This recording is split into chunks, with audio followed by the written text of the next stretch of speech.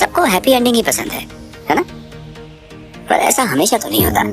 इस वीडियो में हम देखेंगे कि अगर टोनी एंड गेम के बाद सरवाइव कर जाता तो फेज 4 में क्यों वो one of the most powerful character बन जाता एंड सच में वो सबसे अनस्टॉपेबल फोर्स में से एक होता पूरे एमसीयू का, जिससे लड़ना तो आप बिल्कुल नहीं चाहते, अब चाहे आप एक गॉड ही क्यों ना रहो। हाँ जी, मेरे ऐसा कहने के पीछे के 3 कारण हैं, सिर्फ 3, बट वो काफी रहेंगे ये दिखाने के लिए कि टोनी की पोटेंशियल उसे कितना डेडली इंसान बना देती फेज 4 में। Reason number 1, he would have easily replicated Pym particles. अब अगर देखा जाए तो हैंक पिम ने अपनी पूरी जिंदगी लगा दी थी इस मेहनत में कि उनका ये पिम पार्टिकल किसी स्टार्क के हाथों में ना जाए।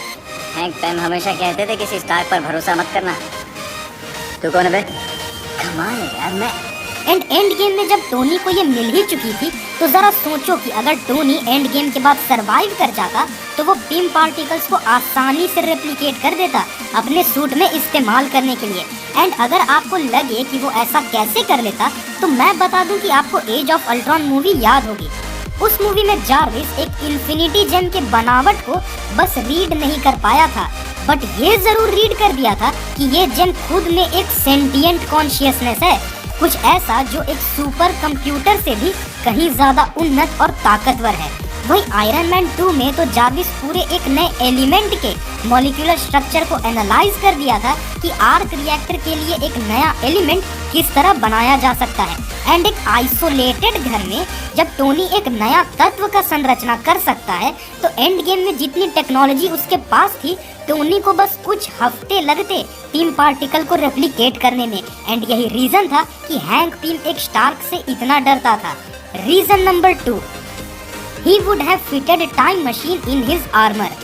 अब टोनी की ये पुरानी आदत रही है कि वो हर एक चीज को परफेक्शन की ओर लेके जाता है, अब चाहे वो मार्क 1 सूट को हल्का और एरोडायनेमिक बनाना हो या अपने थ्रस्टर की ऊर्जा को और स्टेबलाइज करना या फिर प्रीहेंसाइल प्रोपल्शन टेक्नोलॉजी को इजाद करना।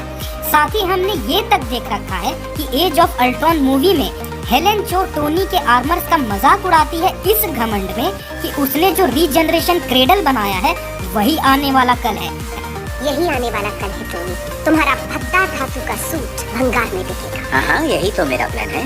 एंड हमने इन्फिनिटी वॉर में क्या देखा कि टोनी उस पूरे उतने बड़े रीजनरेशन क्रेडल को कितना छोटा सा बना दिया था और अपने आर्मर के फिस्ट में फिट भी कर दिया था। सोच सकते हो हेलेन जो अगर ये देखती तो इसका कितना गंदा वाला जलता।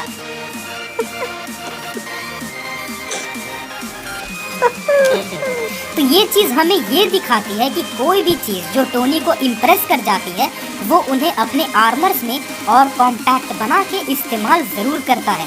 तो अब सोचो अगर वो एंड गेम के बाद सरवाइव कर जाता और 1-1.5 साल जो भी लगते वो उस पूरे टाइम मशीन को छोटा करके अपने आर्मर में जरूर इस्तेमाल कर लेता। एंड अब रीजन नंबर 3 जो कि टोनी को एक्चुअली मल्टीवर्सल लेवल पे ले जाती। हाँ जी, मैं मजाक नहीं कर रहा। एंड ये रीजन है complete knowledge of infinite time streams. अब जरा सोचो टोनी क्वांटम रेल्म और टाइम मशीन के साथ कितना ही दिन काम किया होगा एंड उतने कम टाइम में भी वो क्वांटम रेल्म में बहने वाले अनंत समय की धाराओं में पर्टिकुलरली कुछ धाराओं को छांट कर निकाल दिया था जो पिछले इवेंट्स तक जाते थे। एंड याद रहे एंटमैन एंड दी वॉस्प में जैनेट ने क्या कहा था कि अगर एक बार मेरे लोकेशन को टाइम पे नहीं पकड़े देन अगले कोऑर्डिनेट्स ढूंढने में तुम्हें सालों लग जाएंगे।